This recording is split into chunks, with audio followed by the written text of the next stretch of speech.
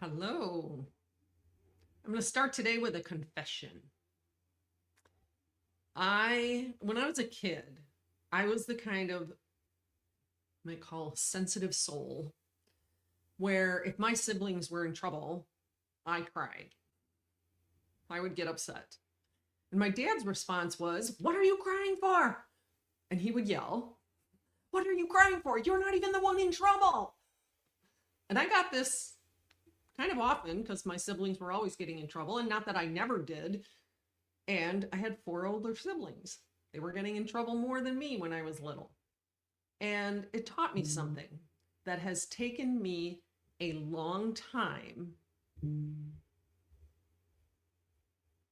to undo, a long time to unravel. And I have not perfected it. But it taught me to suppress my emotions.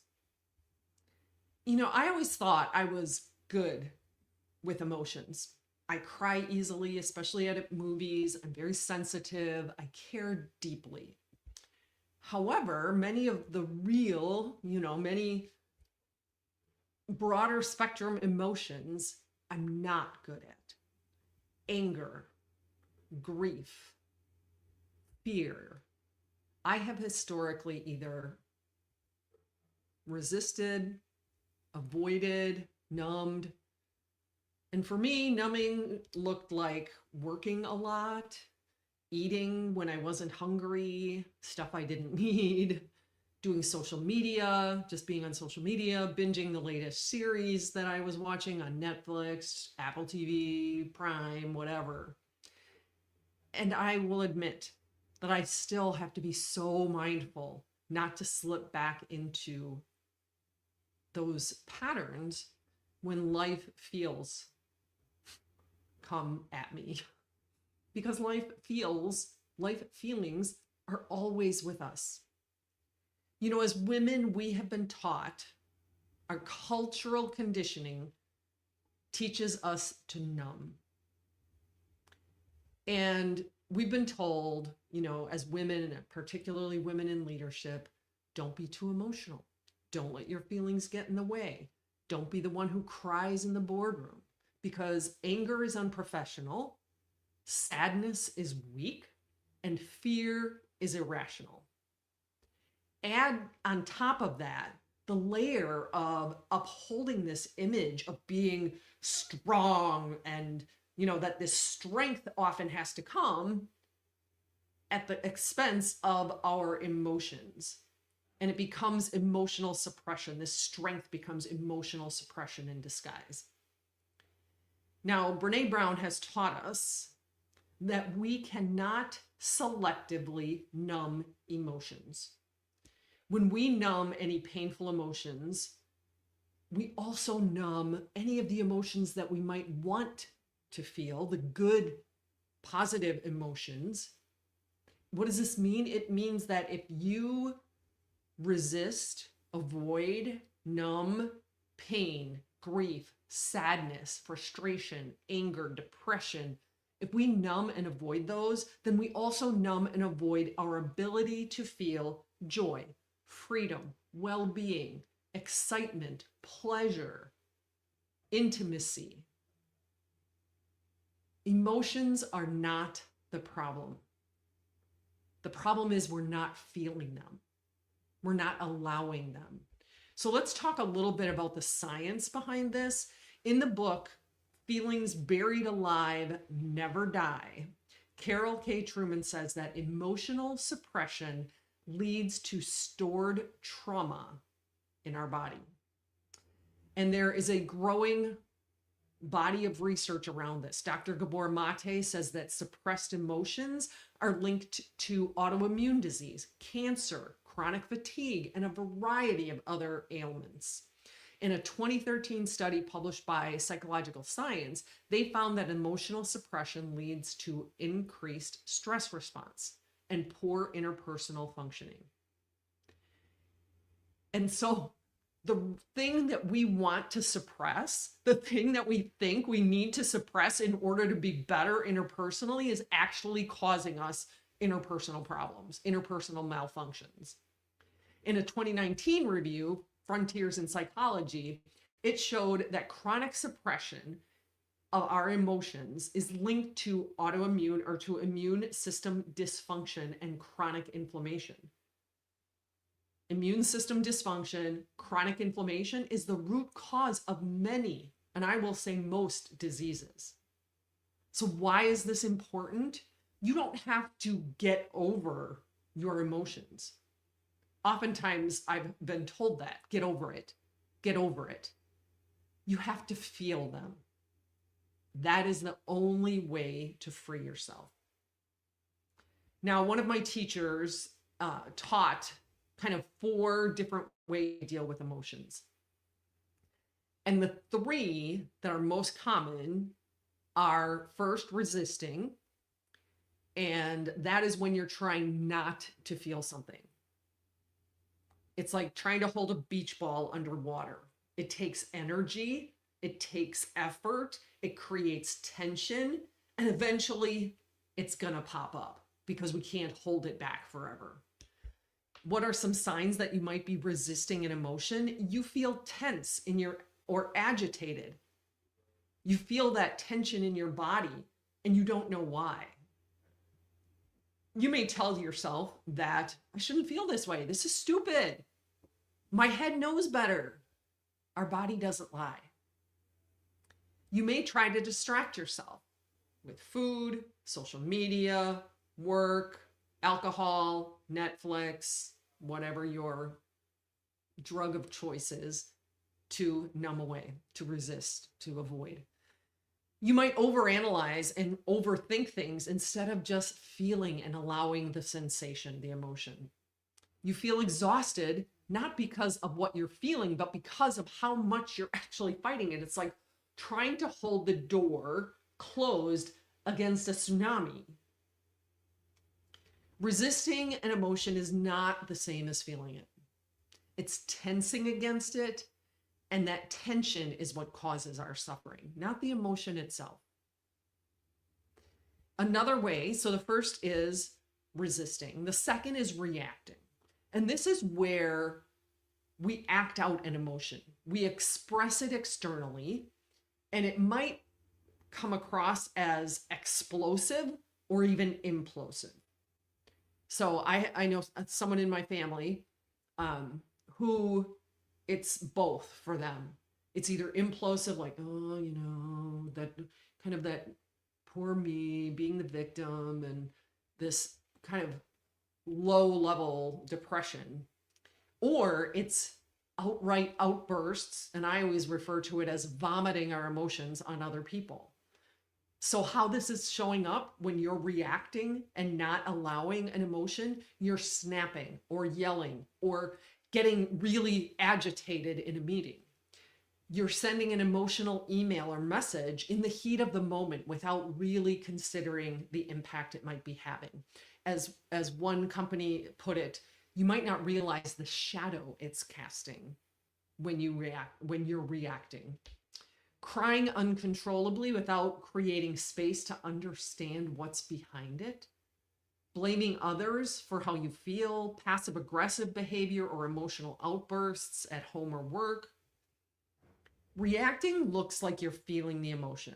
It can be a very deceiving kind of thing, but you're not truly allowing it. You're just discharging the energy without processing it internally. So you're discharging something externally without really allowing and processing it internally. Now, the last unhelpful way, the third unhelpful way that we deal with emotions is probably the most culturally normative, I'll put it. It is what we call buffering in the coach speak.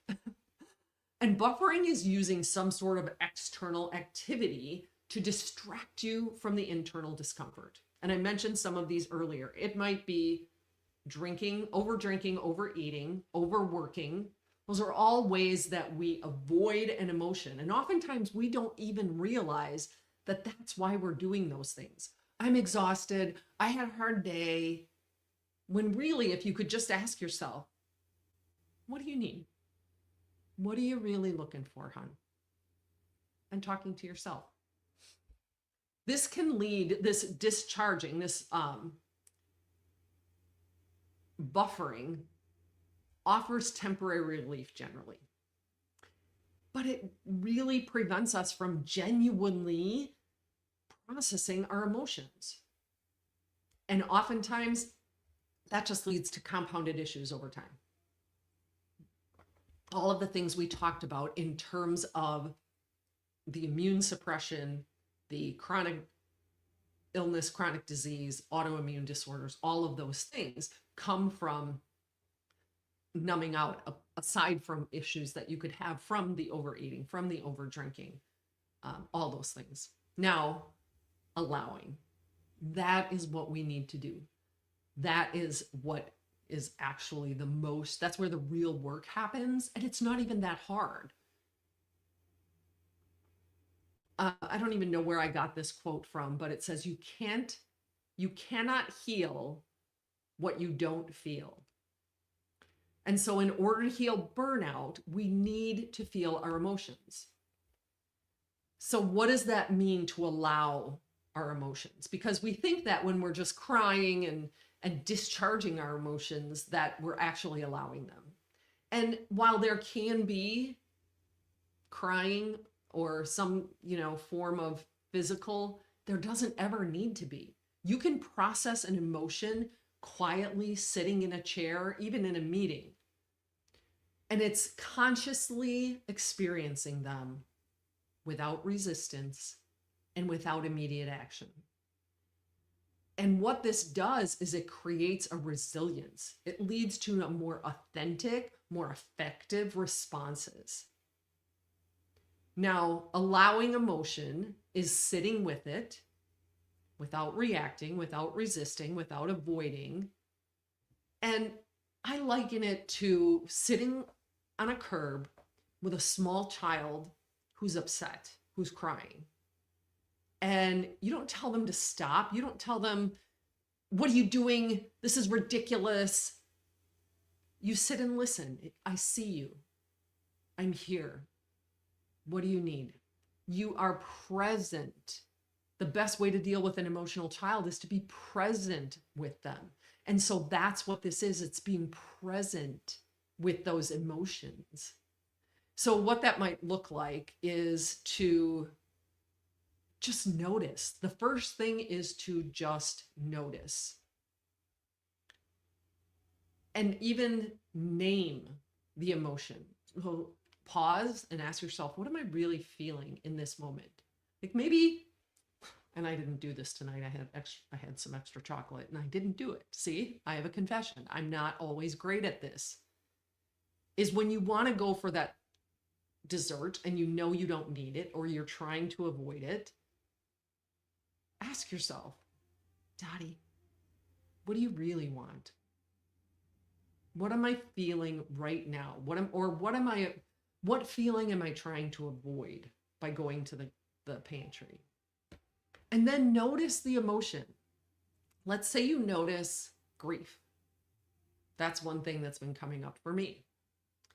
Where is it in your body? Can you locate it? Is it in your shoulder? Is it in a heaviness in your chest? Is it in your gut? Is it in your low back? What size is it? Is it moving or is it still? Is it vibrating? Is it hot or is it cold? Does it have a color?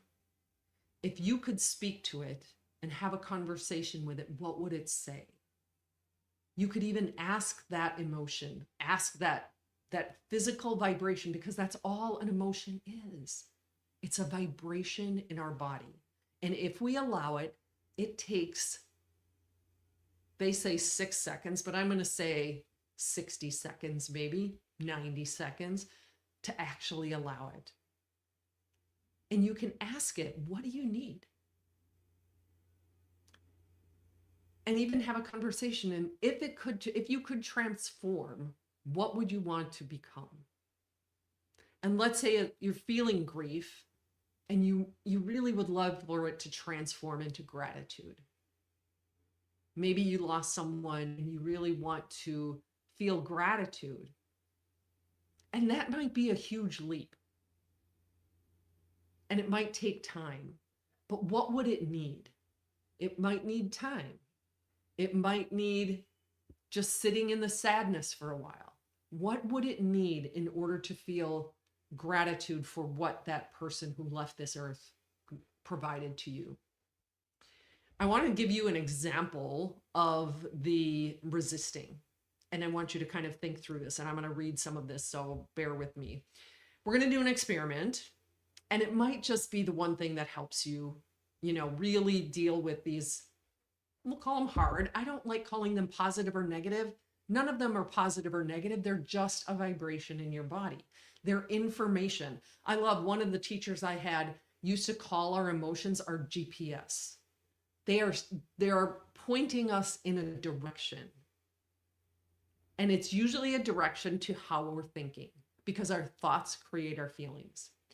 So I want you to imagine you're in a swimming pool and you have this big beach ball in your hands. And this represents an uncomfortable emotion.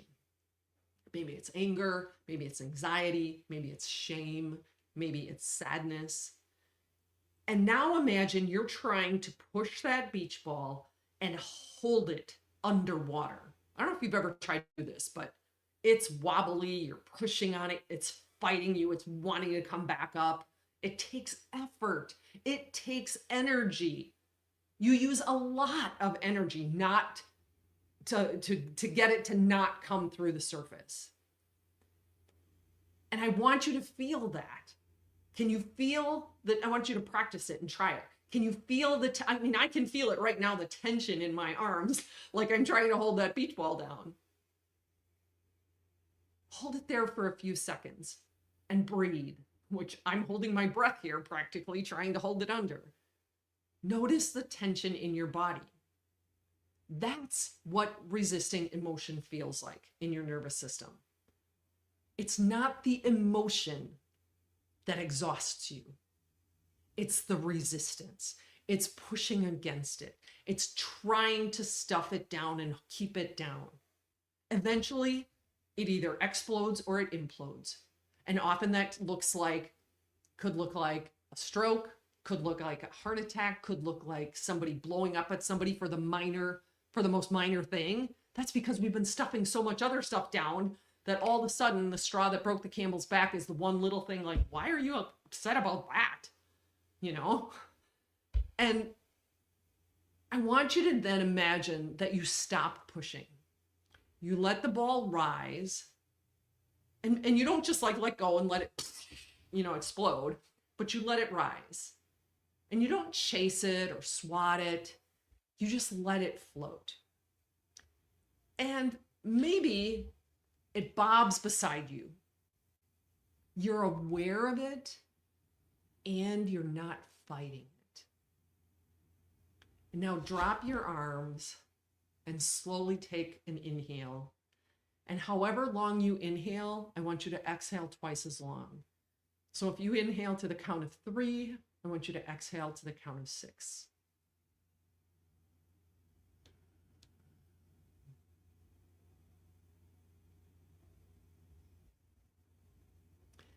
That's what allowing an emotion feels like. There's space. There's breath. It may still be uncomfortable.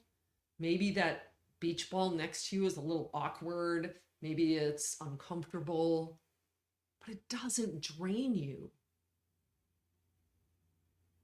Bringing awareness to it brings so much healing. You cannot heal what you do not feel. You're not resisting, you're witnessing.